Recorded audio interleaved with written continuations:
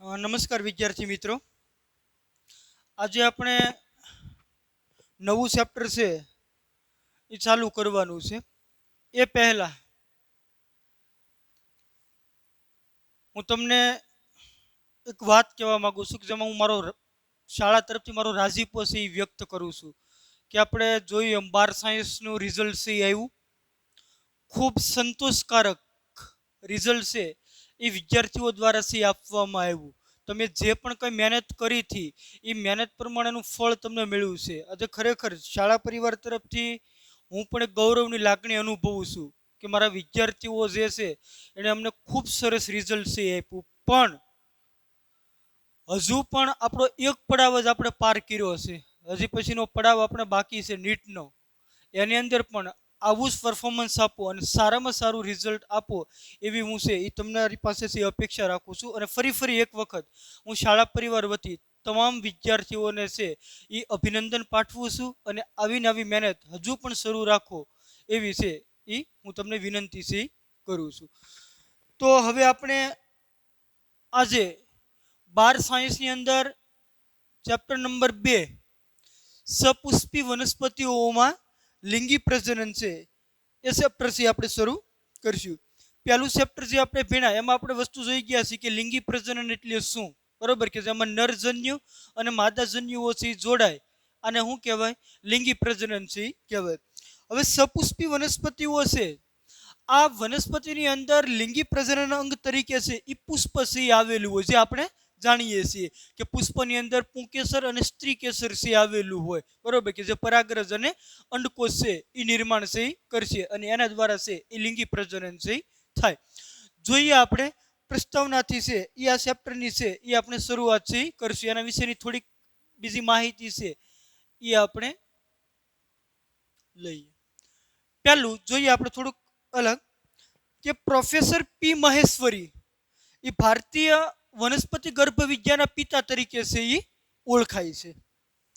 યાદ રાખજો નામ, પ્રોફેસર પી મહેશ્વરી એ ભારતીય વનસ્પતિ ગર્ભ વિદ્યાના પિતા છે. ગર્ભ વિદ્યાના પિતા તરીકે છે ઓળખાય છે. આ પ્રોફેસર પી મહેશ્વરી દ્વારા એક પુસ્તક લખવામાં આવ્યું હતું, આવૃત બીજધારી વનસ્પતિની ગર્ભ વિદ્યા. અને કયું પુસ્તક લખ્યું હતું? આવૃત બીજધારી વનસ્પતિની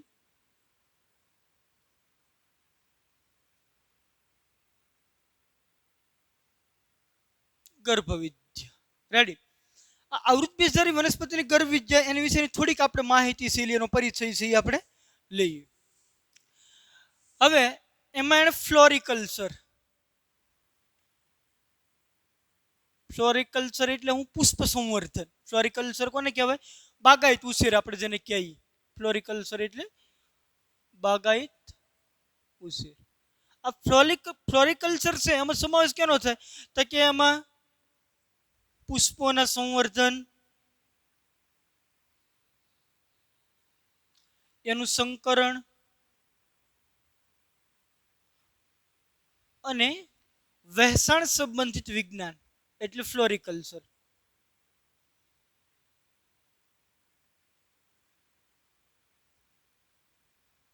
રેડી.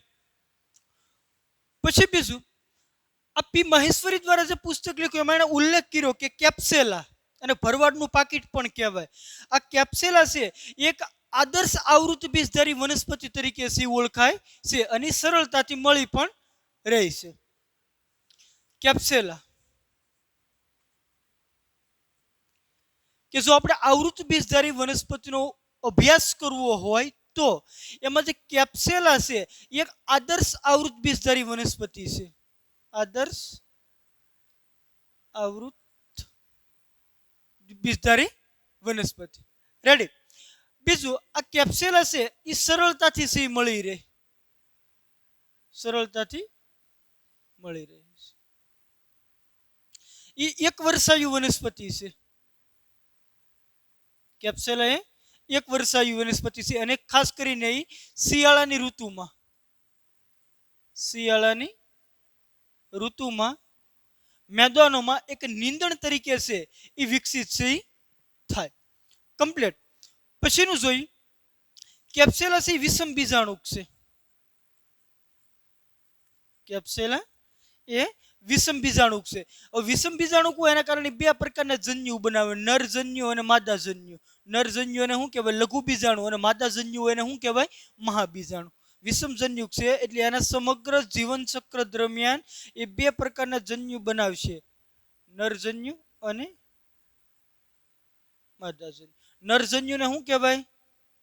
લઘુ બીજાણુ. અને માદાજન્યુને શું કહેવાય? મહાબીજાણુ. યાદ રાખજો, નરજન્યુ છે એ લઘુ બીજાણુ અને માદાજન્યુ છે એ મહાબીજાણુ તરીકે છે એ ઓળખાય છે. પછી બીજું, કેપ્સેલા એ બીજાણુજનક છે, દ્વિકીય.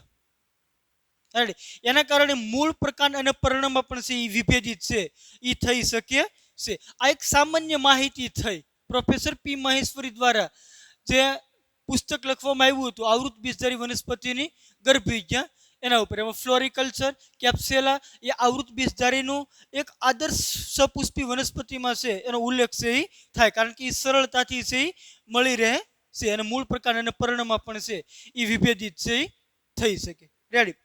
પછીનું આપણે આગળ જોઈએ, સમજીએ.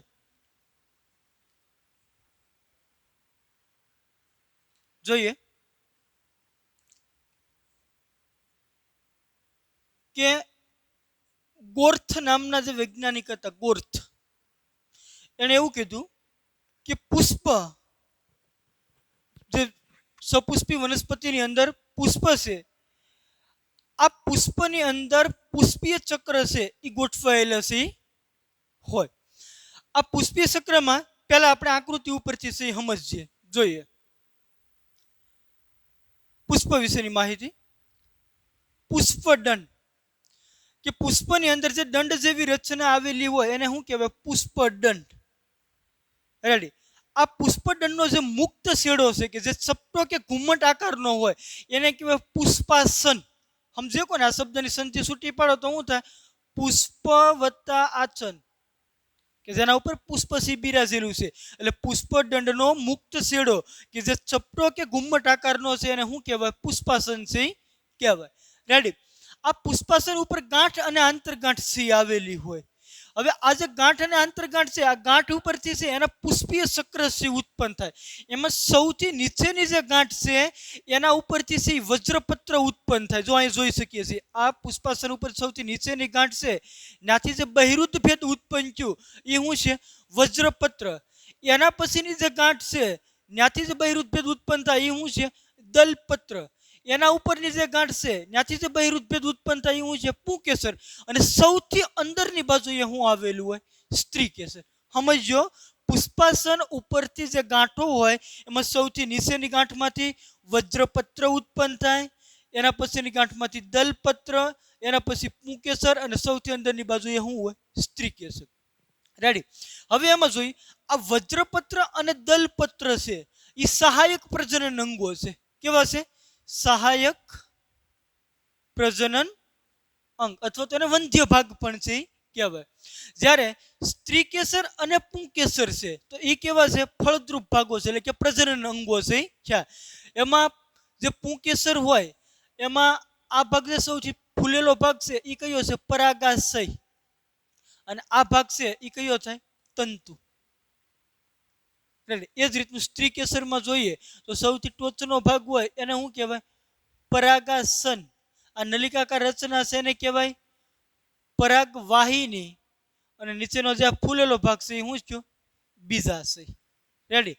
એટલે પુંકેસરની અંદર શું હોય? સૌથી ટોચનો ભાગ કે જેમાં પરાગરજ ઉત્પન્ન થાય, પરાગાશય. આ ભાગ વંધ્ય ભાગ છે એ તંતુ. એ જ રીતનું સ્ત્રીકેસરની અંદર સૌથી ટોચનો ભાગ પરાગાસન, આ નલિકાકાર રચના છે પરાગવાહિની, અને સૌથી નીચેનો ફૂલેલો ભાગ છે એ કયો છે? બીજાશય છે એ છે. જોઈએ એના વિશેની માહિતી કે પુષ્પદંડ, પુષ્પમાં આવેલ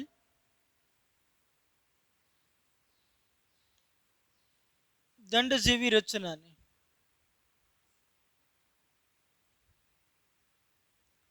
પુષ્પદંડ કહે. પછીનું આવશે પુષ્પાસન. પુષ્પદંડનો મુક્ત છેડો કે જે ચપટો કે ઘુમ્મટ આકારનો છે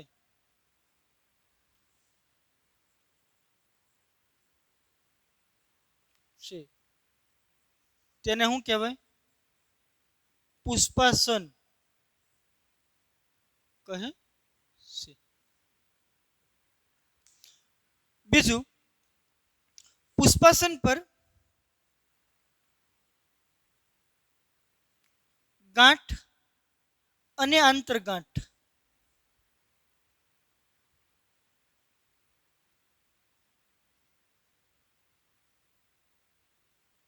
આવેલું છે.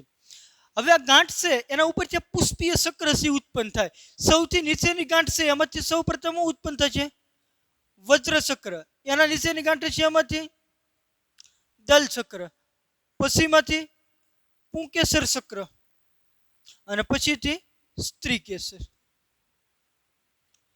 હવે વજ્રપત્ર અને દલપત્ર છે આપણે જોઈએ એમ આ બંને કેવા છે?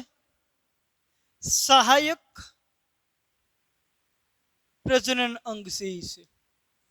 એ જ રીતનું પુંકેસર અને સ્ત્રી કેસર છે કેવા છે? પ્રજનન અંગો. પુંકેસરમાં શું સૌથી ટોચનો ભાગ હોય? પરાગાશય. સ્ત્રી કેસરમાં સૌથી ટોચનો ભાગ હોય શું હોય? પરાગાસન. કમ્પ્લીટ. પછીનું આપણે આગળ જોઈએ.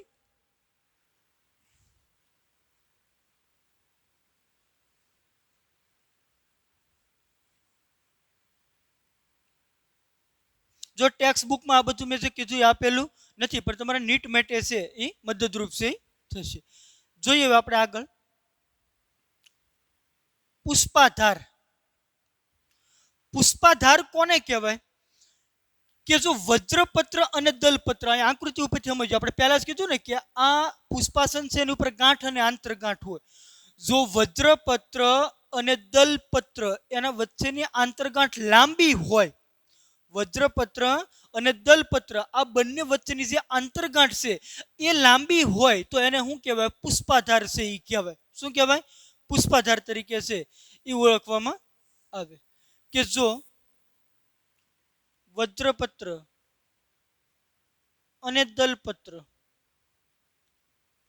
વચ્ચેની આંતરગાંઠ લાંબી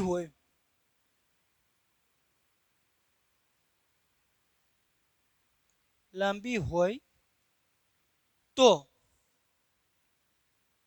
તેને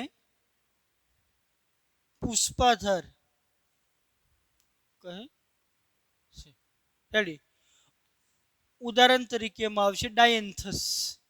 ડાયન્થસની અંદર વજ્રપત્ર અને દલપત્ર વચ્ચેની જે આંતરગાંઠ હોય એની વચ્ચેની લંબાઈ કેવી હોય છે? વધારે. રેડી. એ જ રીતનું બીજું આપણે જોઈએ. પુંકેસર ધાર. પુંકેસર ધાર કોને કહેવાય? સમજો કે જો દલપત્ર અને પુંકેસર આ બંને વચ્ચેની આંતરગાંઠ લાંબી હોય તો એને શું કહેવાય? પુંકેસર ધાર. ફરી સમજો, જો દલપત્ર અને પુંકેસર આ બંને વચ્ચેની આંતરગાંઠ લાંબી હોય તો એને પુંકેસર ધાર તરીકે છે એ ઓળખવામાં આવે. ઉદાહરણ તરીકે પેસીફ્લોરા એમાં છે જોવા મળશે. જોઈએ કે જો દલપત્ર અને પુંકેસર વચ્ચેની આંતરગાંઠ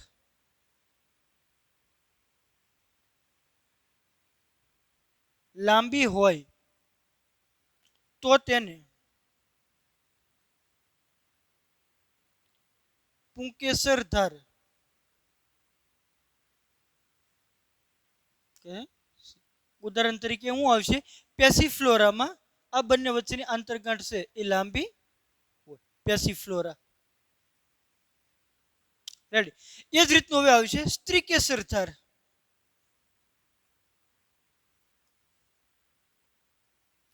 સ્ત્રી કેસર ધાર કોને કહેવાય? સમજો આકૃતિમાં કે જો પુંકેસર અને સ્ત્રી કેસર આ બંને વચ્ચેની આંતરગાંઠ લાંબી હોય તો એને શું કહેવાય? સ્ત્રી કેસર ધાર. ફરીથી, જો પુંકેસર અને સ્ત્રી કેસર આ બંને વચ્ચેની આંતરગાંઠ લાંબી હોય તો એને સ્ત્રી કેસર ધાર છે કહેવાય. ઉદાહરણ તરીકે કેપેરિસ, કે જો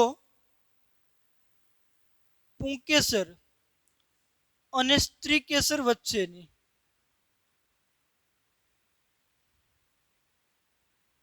આંતરગાંઠ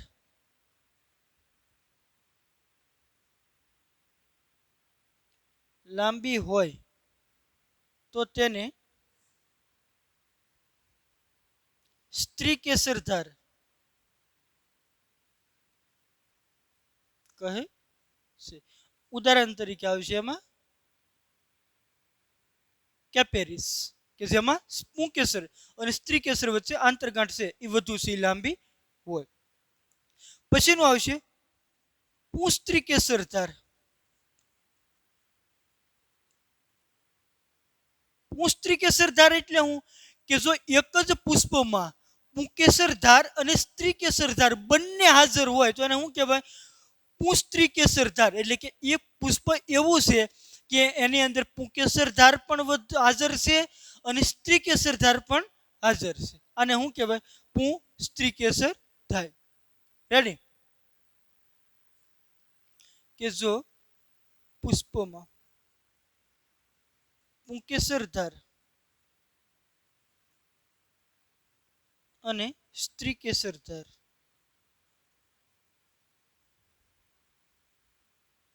બંને હાજર હોય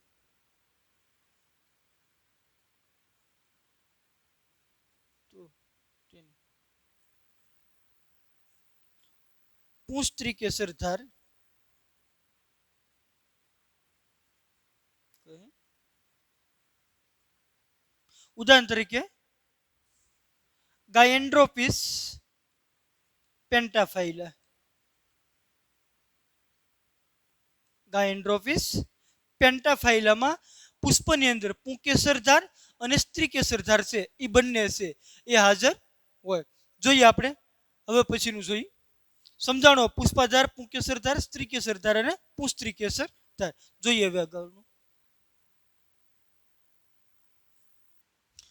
જોઈએ હવે આપણે બીજું પુષ્પાધાર, પુંકેસર ધાર, સ્ત્રી કેસર ધાર અને પુંસ્ત્રી કેસર ધાર જોયું આપણે કઈ કઈ વનસ્પતિમાંથી જોવા મળે અને કોને કહેવાય. હજુ એક ઉદાહરણ છે મુસેન્ડા.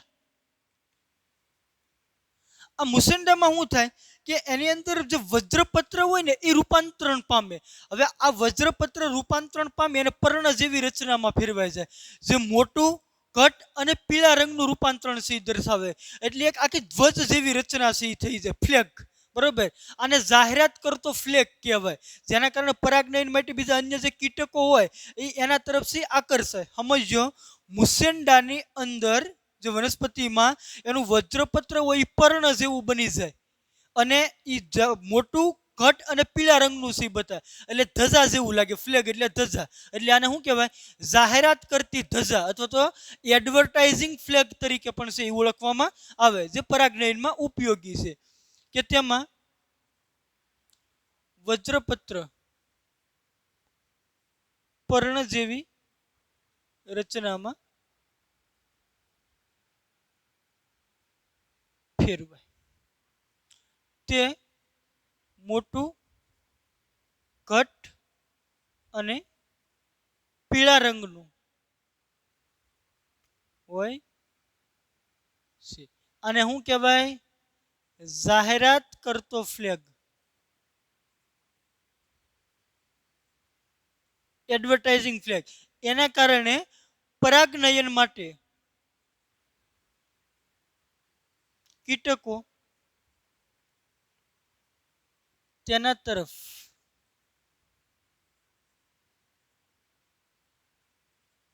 આકર્ષાય છે. રેડી? આ એટલા ઉદાહરણ જોઈએ. આના ઉપરથી આપણે એવું કહી શકીએ કે ગોર્થ નામનો જે વૈજ્ઞાનિક હતો એણે એવું કીધું હતું કે પુષ્પ એ રૂપાંતરિત પ્રોહ છે. પ્રોહ એટલે સમજી શકો તમે. તો આના ઉપરથી આપણે સાબિત કરી શકીએ કે હા, વનસ્પતિમાં એટલે કે સપુષ્પ વનસ્પતિઓમાં પુષ્પ એ એક રૂપાંતરિત પ્રો હશે એ છે. પછીનો આગળ આપણે જોઈએ એક પુષ્પોદ્ભિદ વનસ્પતિ.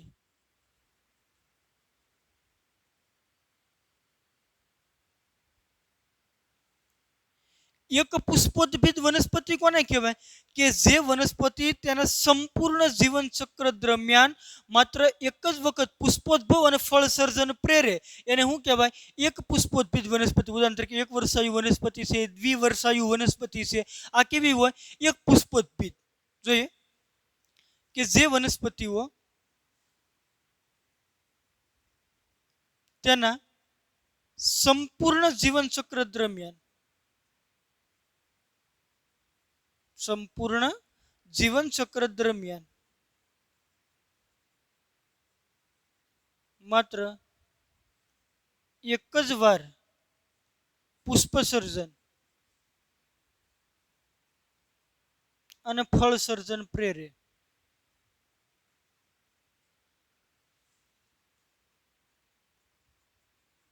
તેને એક પુષ્પોદ્ભિદ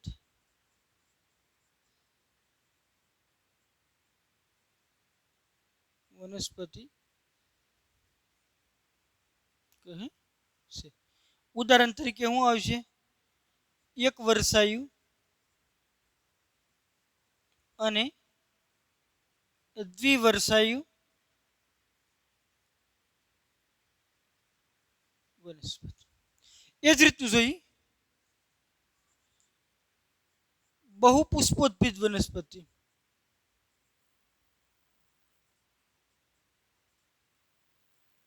બહુપુષ્પોદ્ભિદ વનસ્પતિ કોને કહેવાય? કે એના સંપૂર્ણ જીવન ચક્રમાં ઘણી વખત પુષ્પ સર્જન અને ફળ સર્જન પ્રેરે એને શું કહેવાય? બહુપુષ્પોદ્ભિદ વનસ્પતિ. કે તેના જીવન ચક્રમાં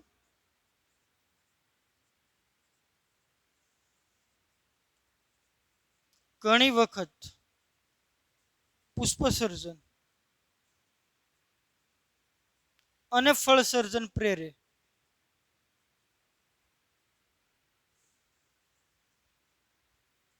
તેને બહુપુષ્પોદ્ભિદ વનસ્પતિ છે. કહેવાય. એનું ઉદાહરણ શું આવશે? બહુવર્ષાયુ વનસ્પતિ. હવે જો પહેલું ચેપ્ટર આપણે ભણ્યા આના ઉપરથી એક પ્રશ્ન પણ થવો જોઈએ આપણને. સમજો કે અપવાદ રૂપે વાંસ છે એ બહુવર્ષાયુ વનસ્પતિ છે. કેવી છે?